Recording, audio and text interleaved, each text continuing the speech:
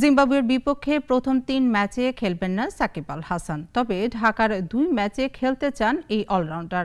এদিকে সিরিজ শুরুর আগেই আইপিএল খেলে দেশে ফিরলেও মুস্তাফিজকে খেলানো হবে না প্রথম ম্যাচে।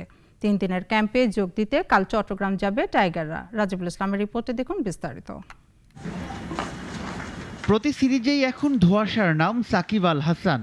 মুস্তাফিজকে আইপিএল থেকে উড়িয়ে আনা হলেও সাকিবের বেলায় ভিন্ন চিন্তা নীতি নির্ধারকদের। তাই দেশে ফিরলেও জিম্বাবুয়ে সিরিজ নয়, দেশসেরা ক্রিকেটার খেলবেন ডিপিএলে। বিশ্বকাপ সামনে থাকায় বিসিবির কাছে মহা গুরুত্বপূর্ণ জিম্বাবুয়ে সিরিজ। তাই আইপিএল থেকে উড়িয়ে আনা হচ্ছে কাটার মাস্টারকে।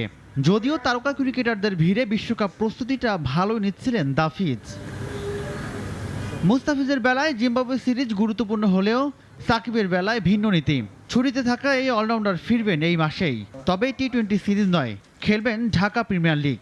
তার সঙ্গে যোগাযোগ করা হয়েছে, যে যোগাযোগের আউটকাম হচ্ছে যে এই মাসের শেষ নাগাদ তিনি বাংলাদেশে আসবেন এবং বাংলাদেশে আসলে দেয়ার ইজ এ পসিবিলিটি যে ডিপিএলে তিনি একটা দুটো ম্যাচ ওখানে একটা খেলার সুযোগ থাকবে।